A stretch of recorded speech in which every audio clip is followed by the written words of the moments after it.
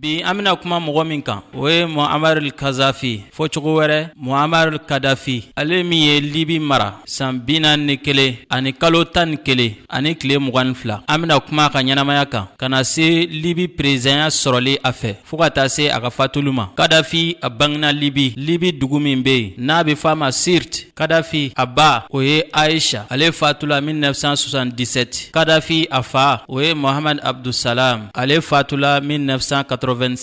a jatelen no k'a fɔ Qaddafi bangena juin kalo tile 19 1942 hali n'a sɔrɔla u ka kabila ka taabolo u ka denw bange waati coyi u t'a jɛnsɛ waati dɔ kɔni bɛ fɔ ani min bɛ surunya ɲɔgɔn na o y'u ka kabila ka taabolo ye. Qaddafi a kɔrɔbayala Sirte n'o ye Libi dugu dɔ ye k'a to san 9 Sirte dugu kɔnɔ u y'a don ekɔli la ye. U ka fami bɛɛ ale de kɛla maa fɔlɔ ye min ye ekɔli kɛ. San damadɔ kɔfɛ Qaddafi ka si to san 20 hakɛ 1961 o bɛna ni mankanw ye arabu jamana dɔw kan i n'a fɔ Egypte. Qaddafi kɛla sabu ye ka kalanden ɲɔgɔn dɔw fara a yɛrɛ kan u ka manifestation kɛ u ka dɛmɛ yira Egypte marabaa la o don n'o tun ye Jamal Abdel Nasser. Egypte ka o président kɔrɔ in u ka ko tun ka di Qaddafi ye kosɛbɛ. Don n'a nataw la a n'o min tilala ka ɲɔgɔn ye o caman kɛ o kɔfɛ. O ko in kɛla sabu ye u ye Qaddafi gɛn ka bɔ kalanso la a tun bɛ kalanso min na. Waati kɔfɛ a y'a kanu ka don tenni na a kɛlen kɔ ka droit kalan kɛ Libi université la. Diplôme sɔrɔlen kɔfɛ a fɛ n'a donna tenni na 1965 u y'a bila ka taa Royaume-Uni na a ka entraînement dɔw suit ye. O kuma a seginna 1966 k'a to officier ya minɛn kɔnɔ. A kun fɔla a bɛ kɛ capitaine ye layiru tala ye k'a fɔ o bɛ kɛ a timɛ nka o ko in sumayala kalo 3 bɔɲɔgɔn ko ka sabu kɛ a n'a finitigi ɲɔgɔn dɔ ka kɛlɛ ye a kɛlen kɔ k'o jogi o min n'a kɛla o kuma hukumu kɔnɔ finitigiya sariyaw tɛ jɛn ni min ye. Ka kɔn coup d'état kɛli ɲɛ Qaddafi fɛ 1969 o y'a sɔrɔ jala dɔ dila a ma nka u y'a rétrogradé ka na lieutenant la ka sabu kɛ a ka tabiyaw ye tenitigiya hukumu kɔnɔ tabiya minnu ni a dɔw man ɲi. Le 1er septembre 1969 Libi tun bɛ ka mara maa min fɛ n'o ye Roi Idriss basabula wuraya de tun bɛ Libi. O Roi Idriss min ye Libi mara san 17 ani kalo 8 ka ale to furakɛli la Turki jamana kan. Qaddafi a ye coup d'état dɔ labɛn Roi Idriss kama min ni a kɛla 1er septembre 1969 o kɛla sabu ye ka Roi Idriss ka fanga dafiri. O kuma Roi Idriss a labanna a bɔlen Turki a taala Egypte a fatula ka to yen de 1983 ka a si to san 93 a kun y'a kanu a su ka don Maga. U taala ni a ye Arabi Saoudite Madinɛ ka su don Baki a kaburudon na. O kuma Qaddafi a ye fanga ta Libi jamana kan 1er septembre 1969 o kuma o kɛlen tile 7 o kɔfɛ Qaddafi a nana kolonɛliya jala la. O kuma ka ta o kuma in na sa n'o ye septembre 1969 Muammar Qaddafi ka to san 27 ale de kɛla Libi président ye. 8 septembre 1970 Qaddafi a ye gouvernement kura sigi. A ka laɲini fɔlɔ o tun ye ka arabu jamana kɛ kelen ye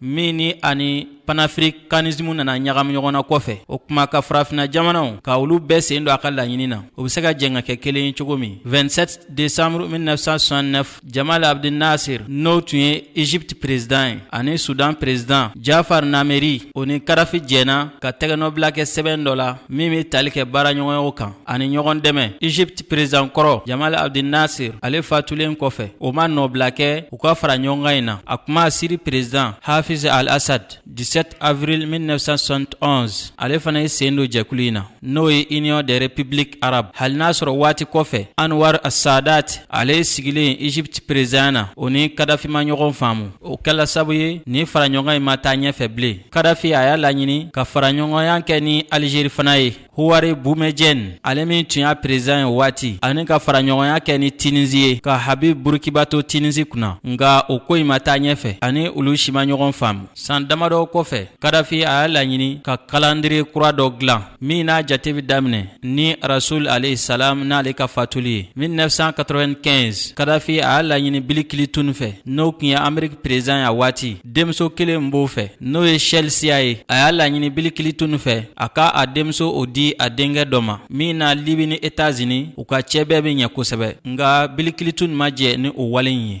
1984 jamakulu dɔw y'a laɲini ka kureta kɛ Kadafi la nga a ma sira sɔrɔ. O min kɛla sabu ye ka maa caaman datugu kaso la ani k'u ɲangi. Kadafi a ka hadisa ko kun tɛ ten. Ale ka faamu na o kuma sinsin kan ka kɛ min kan kosɛbɛ o ye kuranɛ ye. A ko wale in kɛla sabu ye Egypte Azaharu n'o bɛ tali kɛ yen dɔnniko kan a n'a kalankow ka taa se Arabi Saoudite ma olu ye a jate ka kɛ kafiri ye. 1983 Kadafi a ye kalanso dɔ bila sen kan musow kama minnu b'a ɲini ka don tenni na ka kɔrɔ o ko in kun don tɛ bala Libi. A ye tenni groupe dɔ bila sen kan muso kunda minnu kun bɛ wele Amazon. Waati kɔfɛ a yɛrɛ kɔlɔsibaa musow olu kun bɛ bɔ o jamakulu in de la. 2000 san 2000 Joy Kadafi a y'a ɲini ka farafina jamanaw kɛ kelen k'a wele États-Unis d'Afrique. A kun b'a jate k'a fɔ k'o bɛna kɛ ɲɛtaaba ye farafina ma u ka jɛn ka kɛ kelen ka kɛ jamanaba kelen president kelen ka sigi a kunna wari kelen ka dun a bɛɛ kɔnɔ passeport kelen ka baara a bɛɛ kɔnɔ u ka tentigɛlakaw fana mun n'u bɛna former jamana ninnu kɔnɔ u ka se maa miliyɔn 2 hakɛ ma. O ko in Kadafi a jɔla a waleyali kan min n'a ye Nelson Mandela kumaɲɔgɔnya Afrique du Sud président kɔrɔ ani o bɛ se ka dɛmɛ baara in na cogo min. 2007 ni waleya bɛ se ka lawaleya cogo min n'o ye farafina jamanaw ka kɛ kelen ye. Kadafi a nana Bamakɔ yan o ko in kosɔn ani Abidjan ani Ghana Accra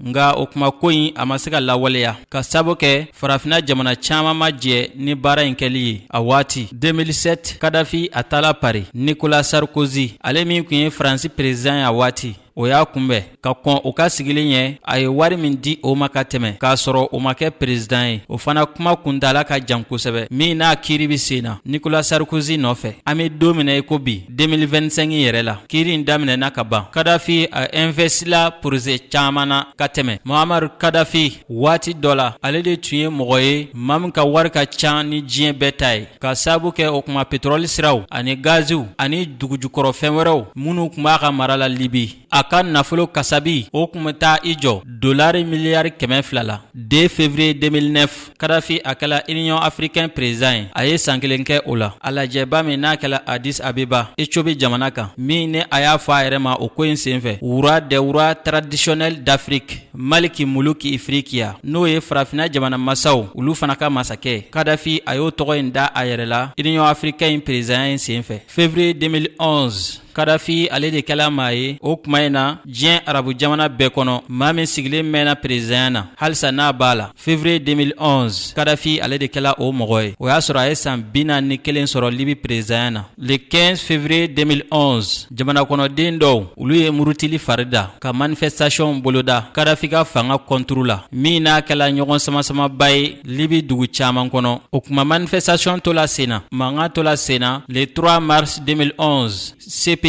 u ye enquête dɔ dayɛlɛ Kadafi ni a kɛrɛfɛmaw kama n'o y'a masurunamaw ye. O kuma mankan tola senna jamakulu murutilen minnu n'olu murutilen don a ka fanga ma olu ye se sɔrɔ Libi fan dɔw kan nka sa Libi finitigilakaw marisi kalo labanyanfanw olu sela ka o yɔrɔ ninnu lasegi halisa mankan tola senna. O kuma OTAN marisi kalo tile 19 olu y'u ka dɛmɛ ɲɛsin jamakulu murutilen ninnu ma minnu murutilen don Kadafi kama. 16 mai 2011 Cour pénale internationale CPI o ye mandat d'arrêt ɲɛsin Kadafi ma a n'a a denkɛ kɔrɔba Saif Islam Kadafi ani a ka service de secret ɲɛmɔgɔw Abdullah Sanusi mankan gwanna kosɛbɛ ka mankan to senna siɲɛ caaman. Kadafi a y'a jira jaw la k'ale ti bɔ Libi abada k'a ti bɔ Libi kɔnɔ abada. A ye o jira a ka ja caaman la ka mankan to senna. 14 août 2011 o kuma OTAN ka kɛlɛkɛdenw ani mɔgɔ murutilen minnu bɛ yen u ye Libi fan caaman mara u ye se sɔrɔ Libi dugu caaman kan fo ka n'a kɛ u ye Libi capitale entouré n'o ye Tripoli ye. A b'a ɲɛ min kɔ le 21 août 2011 u donna Libi capitale kɔnɔ nga u ma Kadafi ye. O kɔfɛ Conseil national de transition bilala sen kan Libi min n'a président de la Mustafa Abdul Jalili ma. O kuma Kadafi jatela ka sɔrɔ ala ma fatu ka kɛ comme Libi président kɔrɔ. 24 août 2011 u ka CNT laseli kɛ k'u bɛ euro miliyɔn 1 ani a 200,000 n'o bɛ bɛn CFA miliyɔn 700 hakɛ ma k'u b'o di mɔgɔ ma ni maa min sela ka Kadafi lase u ma a kɛla su ye wala a ɲɛnama. Le 20 octobre 2011 kuma min Kadafi a n'a ka convoi o bɛ ka bɔ Libi dugu kɔnɔ dugu min bɛ yen n'a bɛ fɔ a ma ma Sirte k'u to sira kan ko tan ka kɛlɛkɛdenw u ye Kadafi minɛ a ɲɛnama min ni a jaw carila. O kɔfɛ Kadafi a fatulen fana yela ja la, hali n'a sɔrɔ a fatu cogo ŋunuŋunu caman bi o fana kun kan. Nka sa a fatulen yirala ja la a ɲɛnama minɛlen kɔfɛ ani a denkɛ fana fatulen n'o ye Mutasimu ye, u bɛɛ fala don kelen le 20 octobre 2011.